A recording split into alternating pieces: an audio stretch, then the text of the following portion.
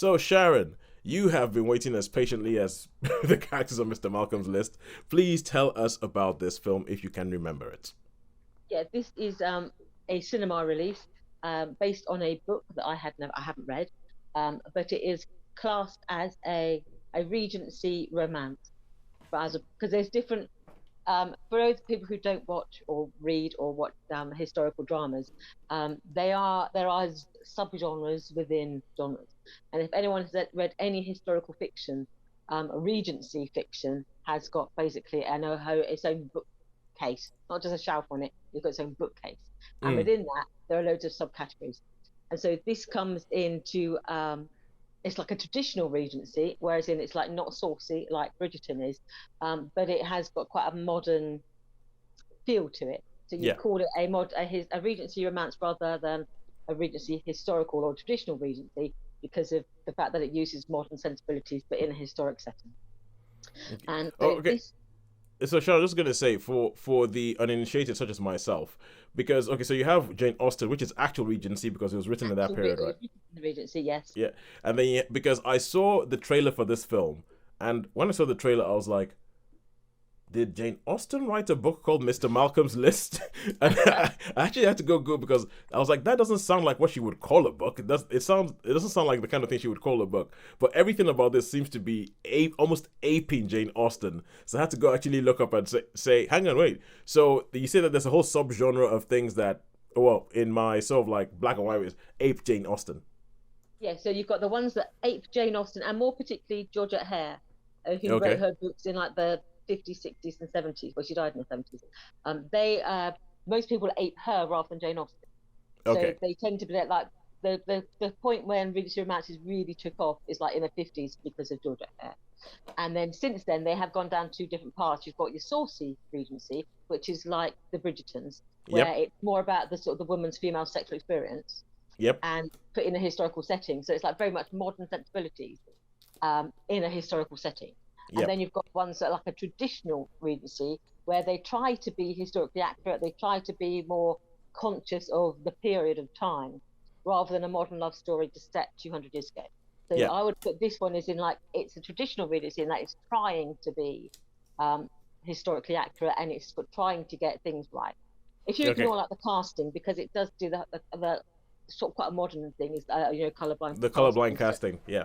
if you ignore that, its content is actually very much along the lines of a traditional Regency, All right. as Cool. in there's no sort of really sauciness in it. As we've said, my friends, when we would discuss sort of books like this, there's no nipples in it, basically. So you know what you're getting. So basically, this is I have to remind myself not to keep saying basically because I've noticed whenever I watch my reviews, I say it about 5 times. I'm gonna stop saying it. But in essence, this story is a a romantic story. It starts off with two girls we're childhood friends in a lady and a girl's seminary. The two characters, one's the daughter of a nobility and one's the daughter of a clergyman. So they're basically the same class, but their actual terms of income, they're quite different. Because clergy were regarded as being still gentlewomen rather than working people, or they were regarded as being gentlewomen. So they could associate with each other, even though Yep. their incomes were quite different. Yes. And the one who's the daughter of the clergy has basically been living in the vicarage with her family, a large number of siblings. And the one who's wealthy has been having her come out and she's been in society. So she has Yes. been mixing with all the brands and the good. And while she was in London, the most eligible bachelor in town is Mr. Malcolm. Mm. And he is basically most sought after because he's handsome, he's rich, he's got estates. He is like the catch of the season. And so basically all the girls are like been throwing themselves at him, and one of the characters, she is invited to the opera with Mr. Malcolm, and he pretty makes it quite clear very early on that he's bored by her, and because of his notoriety, this big then comes a massive slight, and people write they do cartoons about her, and she's basically humiliated because she's presented herself as like the perfect match for him, and Yeah. he's not interested. Yeah.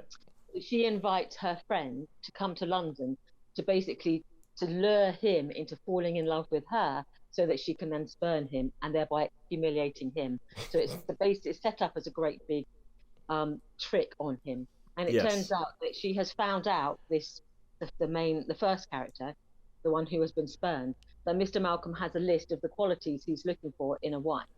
So they have to be, handsome.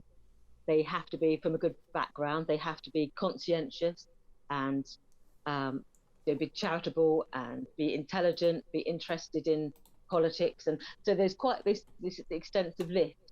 And she thinks, my friend would probably meet all these qualifications. So if you come to London, if you get him to fall in love with you, then you spurn him, I get my revenge, and you get... Dun, dun, dun. So that is our story. It is the tangled tale of how, when she starts off thinking, I don't think this is quite a very good idea, but okay, and then them actually falling in love, and then it's like, what would happen if... Sharon, what? Spoiler? Well, it's a romance. Spoiler is, what will happen if he finds out that it was a bit of a deception going on? Okay, now this is the thing, right? So from that basic description of what the film's about, I kind of feel like you know exactly where everything is going to go. You know where the chips are going to fall. You know that, okay, cool, we're going to do this, and she's going to go along with it, and oh my god, it's going to happen that, oh, she is the perfect person. He's going to fall in love, and she's going to fall in love, but then he's going to find out, and then it's going to be a whole big falling out, and then, oh my god, we're not going to do, we ruined a big good thing, why did we do this in the first place? And then finally, whatever the Regency equivalent of the run through the airport is, happens. I don't know. You've read the book. You've read it. It's like, there's 1,000 like it, I have to say. Okay, I guess the Regency equivalent would be like, a quick horse ride through a field. I don't know, but You've seen the film. Okay, so this strikes me as one of those things where that it's not about they did something different. It's about how well they've done what they do. Because someone was talking to me earlier today about people who nowadays self-medicate with the TV show Friends. Like, you put it on to make yourself feel better. And this strikes me that if it's done properly, it's the kind of film that you put on to make yourself feel better. Do they do a good job with it? They do, and it's like a dozen books of the type. But again, there's a comfort to reading a book where there's almost like a guaranteed. It's called an HEA, happily ever after, and they haven't have an acronym for acronyms. it. So there is a guaranteed HEA, and sometimes when you see, a lot of these books are on Kindle, and when you read the books at Kindle, they have this sentence at the end where it says, like, no cheating, no violence, or whatever, and then a guaranteed HEA. So you basically, know what you're getting, and that's part of the verb of selling you the book, because there's a comfort in knowing how it's going to end. There's no tension in these books or in this film, so it does replicate that type of book on the screen. They've done the costumes well. There's a couple of things that I picked up on. That's just because I know my history, so I know the correct way of addressing the daughter of an earl. And a few times it's like, that isn't the correct form of address for that character. But I think unless you are a pedant about these things, you're not going to bother about that. But I just noticed it because I was thinking, he would know how to address the daughter of an earl, and that's not it. So it just made me think, it just took me out of the film a little bit. Yeah. But that was only a slight thing. But on the whole, I thought, as opposed to some other films we have discussed, they did get the costumes about right. They got some of the manners right, some of the conventions right. So it felt like, yes, it was, you know what you're getting, but what you got was good, and it was quite as enjoyable. And it was a pleasant evening at the cinema. So I was surprised it was at the cinema, because it's the sort of film we have come to expect to be on streaming. It's not the sort of film that the last few years that we've seen at the cinema. Yeah. I was surprised when I was watching it, thinking, "What, this is like a traditional Regency romance. Why is this?" So how many stars would you give it? I would give it a 3, because it does what it says on the tin, to use an advertising slogan from the United Kingdom. But it delivers what it's supposed to deliver. So it hits those right notes, and no one is completely jarring.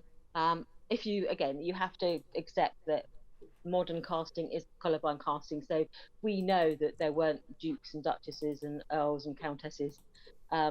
from different ethnic backgrounds. They were genuinely tended to be white European backgrounds.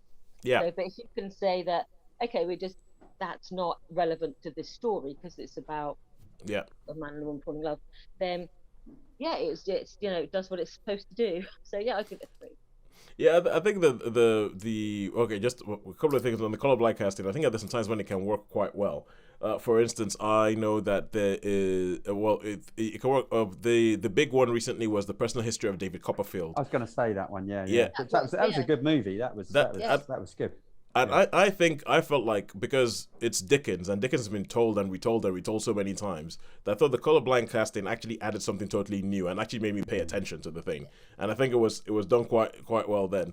And but I have to say one of the things is because you have Sope Dirisu who plays Mr. Malcolm in this film, because Freida Pinto plays the female lead whose name I don't know, but Sope Dirisu, just because his name is in the title, I know it's like Mr. Malcolm, and and the fact is that he is of Nigerian descent. He's actually of Yoruba descent, which is like he's of the same tribe as me, and because Yoruba is a tonal language, we have on our names, when our names are written properly, there are dashes either above or below our names to tell you how to pronounce them or what intonation to put on the name. And he has started doing this thing where his name, when it comes up on screen, has all the intonations. We call them Amiohun in Yoruba. And I was just, when I saw that in the trailer and I saw his name, I was like, oh, yes, I like that. There is a scene in the film where he does, I didn't recognize the language, so it's possible that there is a scene where he does talk to her and he does say a few phrases in presumably Yoruba, because that's his. Oh, okay, cool. Now you've just made this a must-watch. He certainly does say a few things in his own language, whatever that is, his culture that Mr. Malcolm is from. But he certainly says a few phrases in his own language. So, because they haven't ignored the fact that he's that everybody looks different than you would expect them to look. Yeah. So I'd be interested to know if he did speak Yoruba in the film. Oh, okay, yeah. You've made this a must watch now. You've made this a must watch because he's probably best known for being in Gangs of London, which is a show that Sean I still think you would love, and I think you should watch that. Okay.